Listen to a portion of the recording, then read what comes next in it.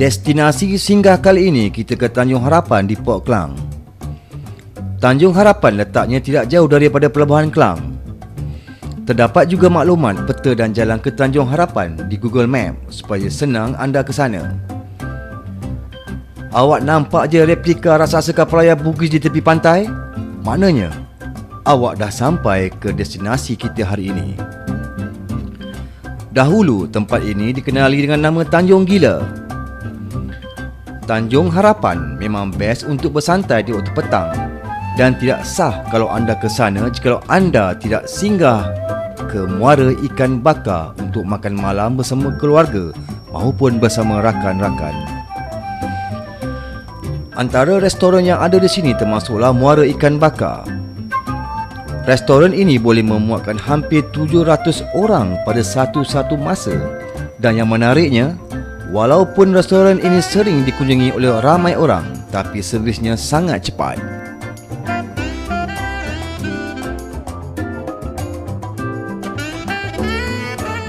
Okey, di restoran kami kita ada buat konsep untuk customer untuk pilih sendirilah. Macam kualiti ikan, dari segi sotong, dia akan pilih sendiri seperti mana di pasar lah. Kita buat konsep seperti itulah.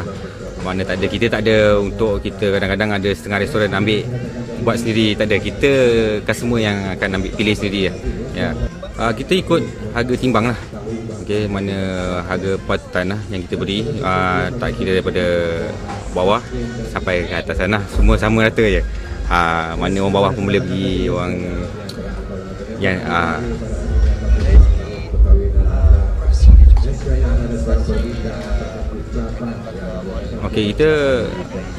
kita start operasi pada pukul 5 petang hingga 2 pagi lah untuk hari Isnin hingga ke hari Jumaat. Okey, Sabtu malam Minggu kita buka 5 petang sampai pukul 3 pagi.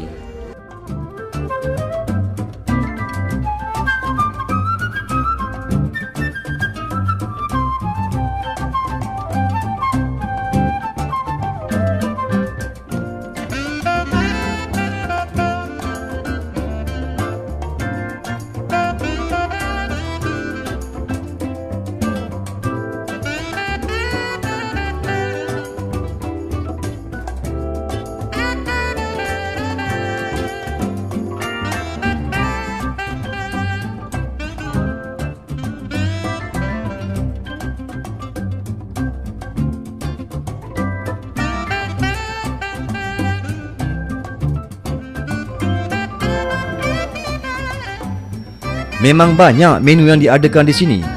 Ikan yang banyak pilihannya. Anda cubalah sendiri. Berkonsepkan open space dengan tiupan angin laut yang begitu terasa. Didendangkan dengan lagu dari DJ yang khas.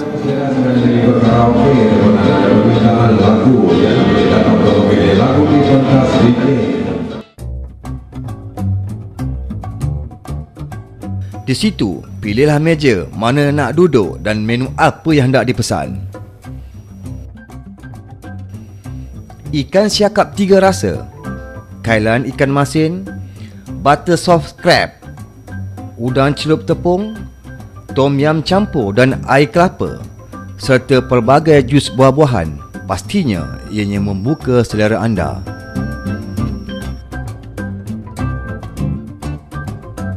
Oh, okey pun makan sedap, macam-macam pilihan lah. Terbaik lah. Okay. Harganya boleh tahan jugalah harga dia. Saya dah memang duduk Port Klang lah. Memang banyak kali lah datang sini lah.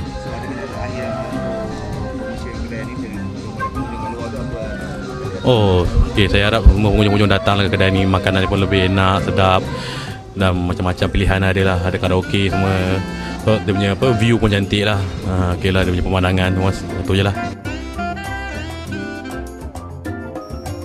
Dari segi harga, ianya berpatutan. Bajetnya RM25 seorang untuk menu yang sederhana.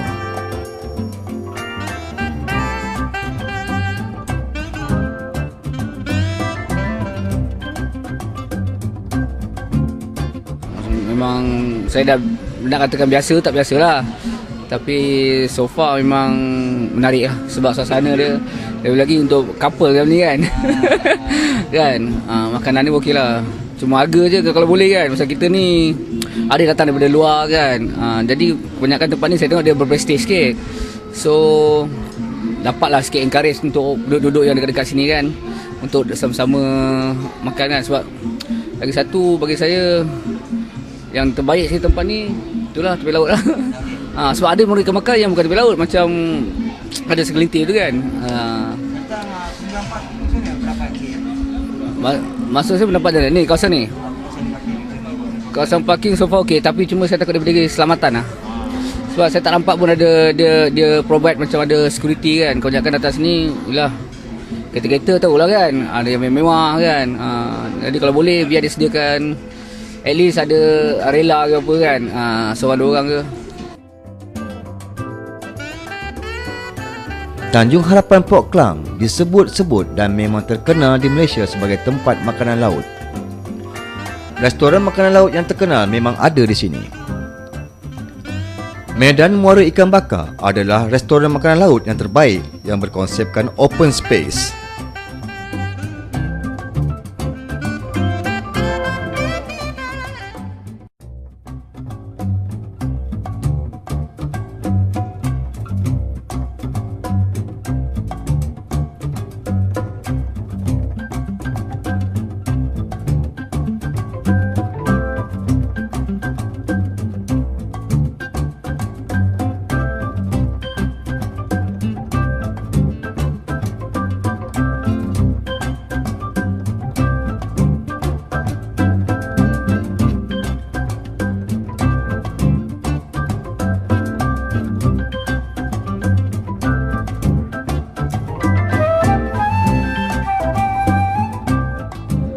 Muara Ikan Bakar ni adalah satu tempat tarikan pelancong, khususnya pada akan datang.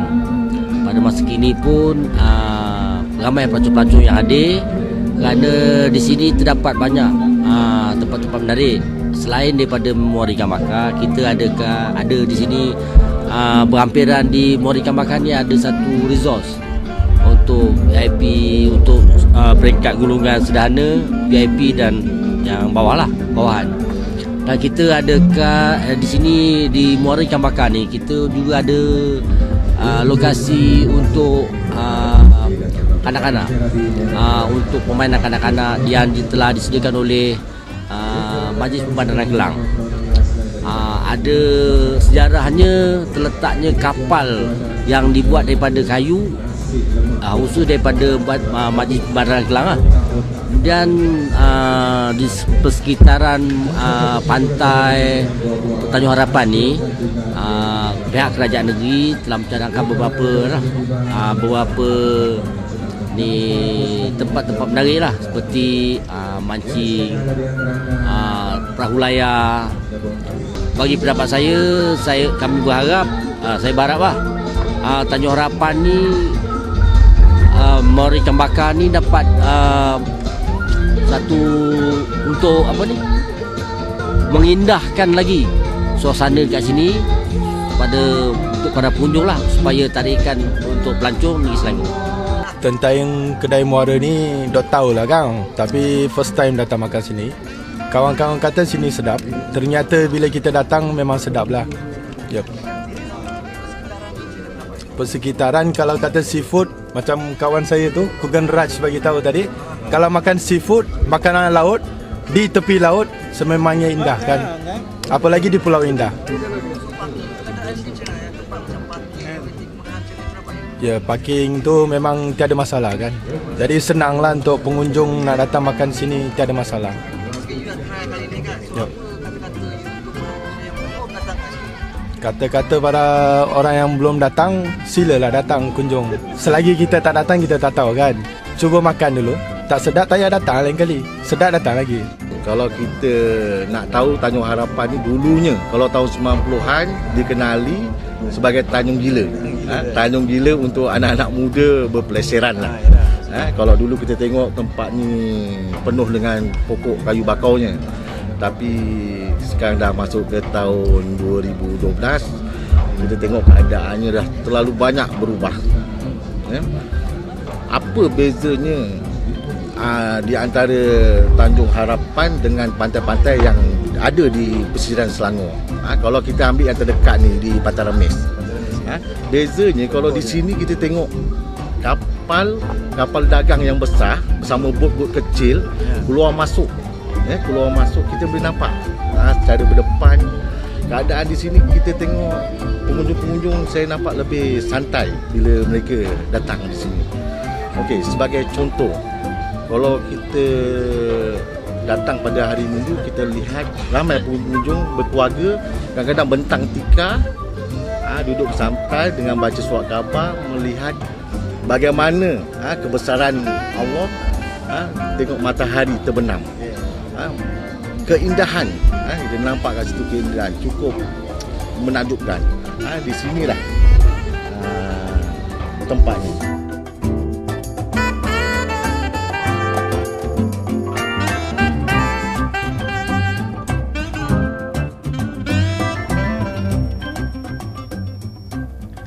Jika anda ingin berkunjung ke Tanjung Harapan Port Klang, khususnya pada hujung minggu dan ingin menikmati dinner di restoran makanan laut Muara Ikan Bakar, pastikan anda datang awal kerana malam minggu teramatlah ramainya.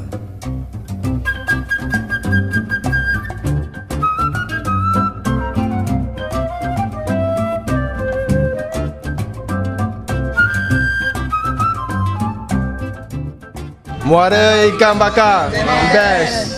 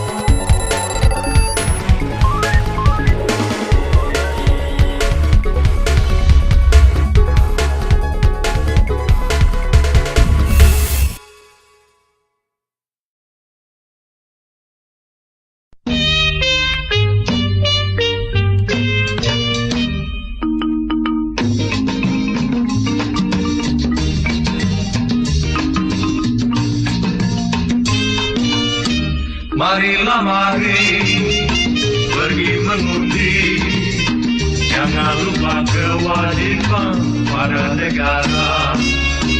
Marilah mari pergi mengundi, jangan lupa kewajiban pada negara.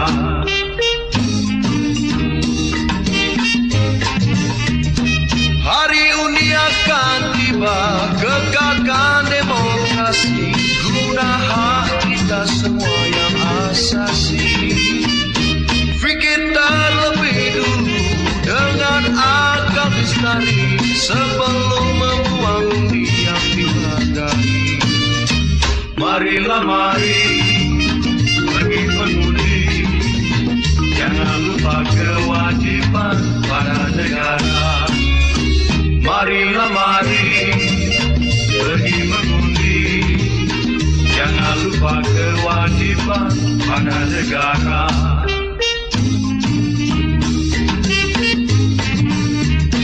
Jangan lupakan pengenalan serta nomor daftar undi, masa tidak kerugian membuang undi. Bila memakai kertas undi, harus kita berhati-hati, kalau salah tak berganti sesat sendiri. Marilah mari pergi mengundi, jangan lupa kewajiban pada negara. Marilah mari pergi mengundi, jangan lupa kewajiban pada negara.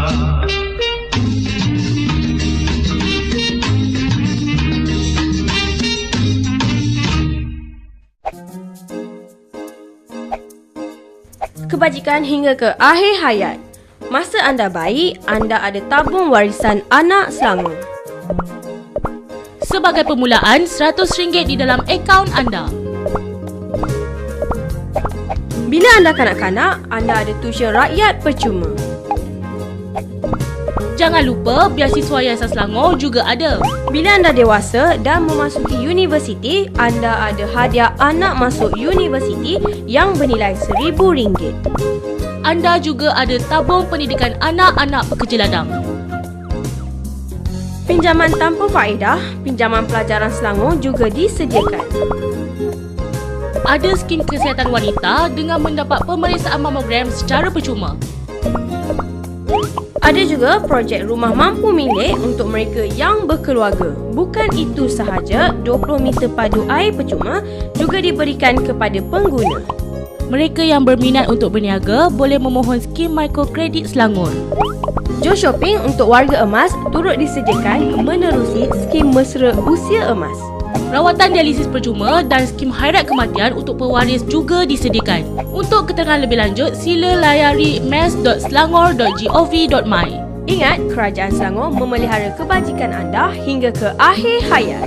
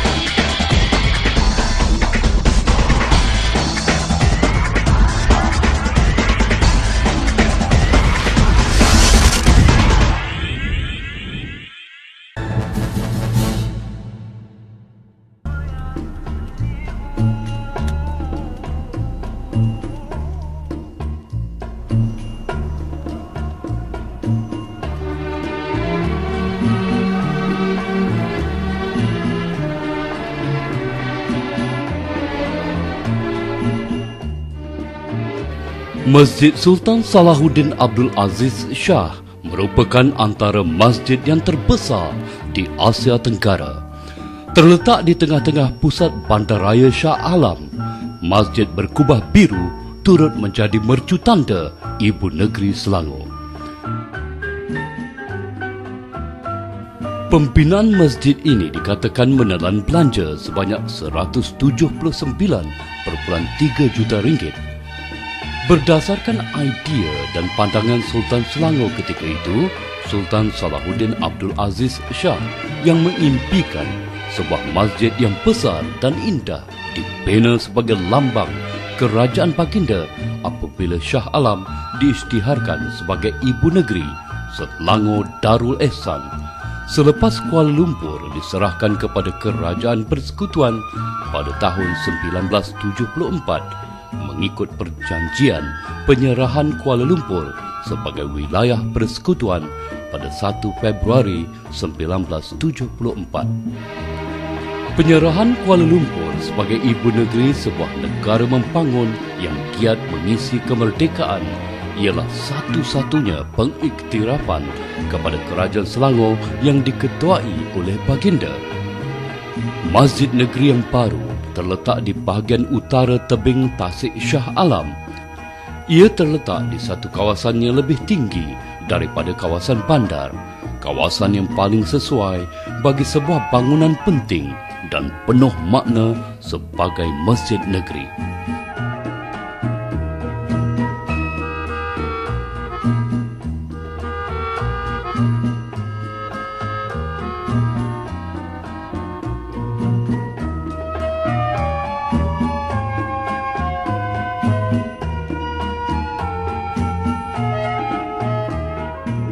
Sultan Salahuddin menitahkan masjid baru dibina untuk memuatkan kira-kira 20,000 jemaah sejajar dengan ramalan perkembangan penduduk di Shah Alam iaitu kira-kira 250,000 orang menjelang tahun 2000.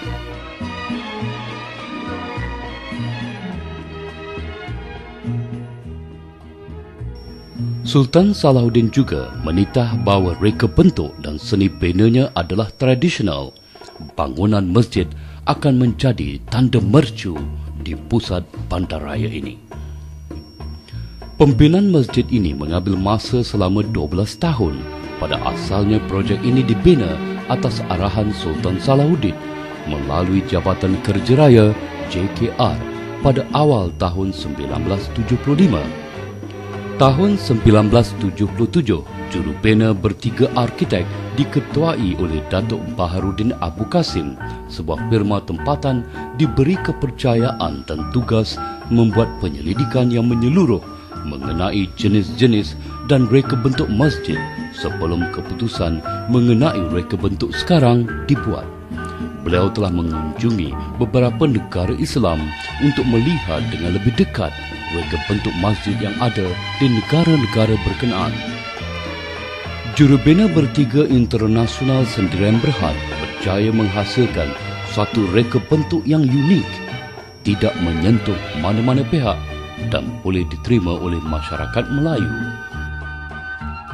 Struktur masjid ini kombinasi seni reka bina tradisional Islam dan Asia Barat, India, Barat dan ciri-ciri binaan Melayu asli. Pembinaan masjid 160 juta ringgit di atas tapak seluas 35 ekar ini bermula pada 1 Oktober 1983. Pelbagai firma dan pakar juga terlibat dalam pembinaannya. Masjid ini mempunyai kubah yang terbesar di dunia. 4 menara tinggi dibina di keliling kubah. Pembinaan masjid menggunakan teknologi terbaru. Kubah luar berdiri 300 kaki dari paras bumi dan garis pusat 170 kaki menjadi kubah agama yang terbesar pernah dibina sehingga kini. Bahagian luar kubah diperbuat daripada kepingan aluminium berlipat dan mempunyai panel yang menarik berwarna biru, tidak akan karat, tahan beratus tahun. Bahan aluminium berukuran 35 kaki tinggi disaluti dengan emas. Kubah dalam dan luar terletak di atas alang bulat setinggi 24 kaki dan 14 kaki lebar.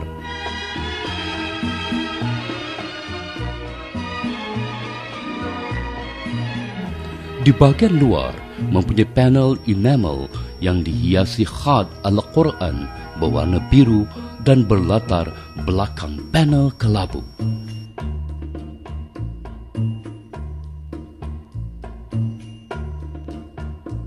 Tulisan khat adalah hasil kerja penulis khat Mesir, Syekh Abdul Manaim Muhammad Ali Al-Shakrawi.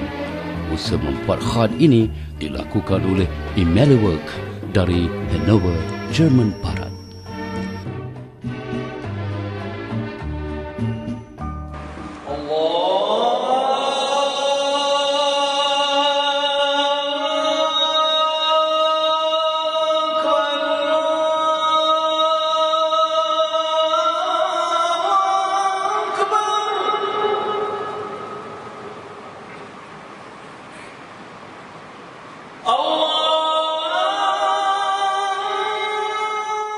Sistem bunyi terbaik ini dipasang oleh pakar bunyi terkemuka Bolt, Baranik dan Newman dari New York.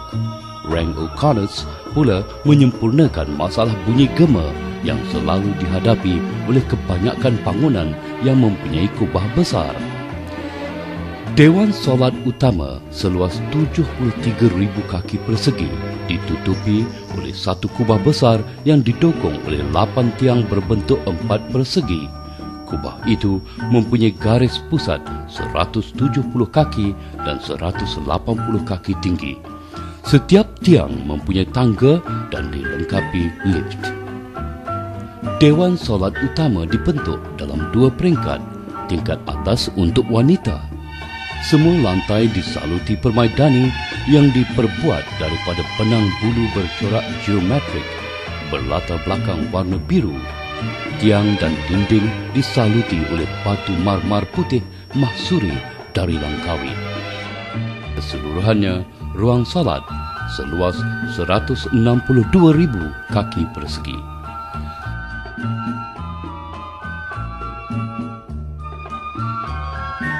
Dinding mihrab disaluti batu marmar diimport menggunakan batu marmar antik Turki, dihiasi dengan ayat-ayat Al-Quran di dalam bentuk tradisional.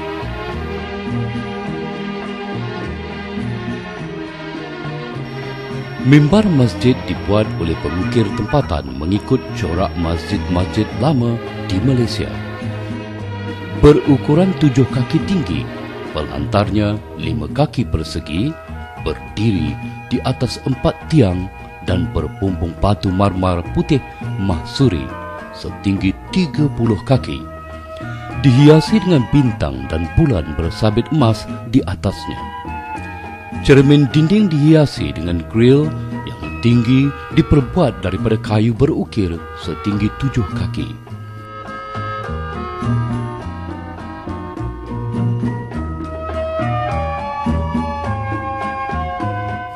Ada 3 pintu masuk. Pintu masuk utama menghadap pusat bandar Shah Alam. Dihiasi dengan pancutan air setinggi 70 kaki. Pintu masuk diraja terletak di sebelah kanan.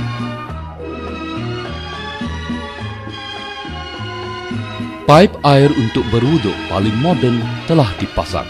Pengunjung hanya perlu menyua tangan dan air akan keluar sendiri dan berhenti juga sendiri. Sebuah jana kuasa tunggu sedia diadakan semasa ketiadaan bekalan elektrik. Dengan siapnya masjid ini, rakyat Selangor tidak lagi terkilan. Impian Sultan Selangor menjadi kenyataan.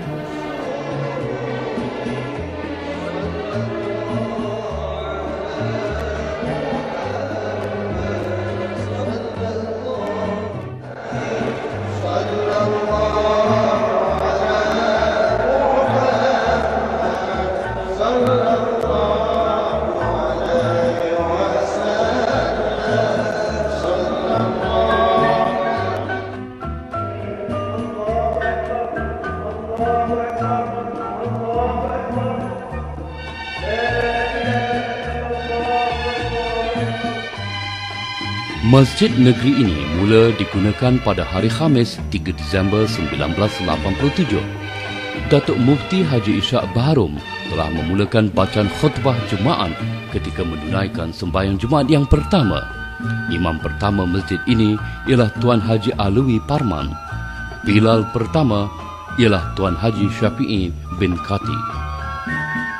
Pada hari ini, Masjid Sultan Salahuddin bukan sahaja menjadi tumpuan masyarakat setempat di dalam menunaikan ibadah, malah turut menjadi tumpuan pengunjung dari dalam dan luar negara bagi melihat secara dekat masjid yang indah ini.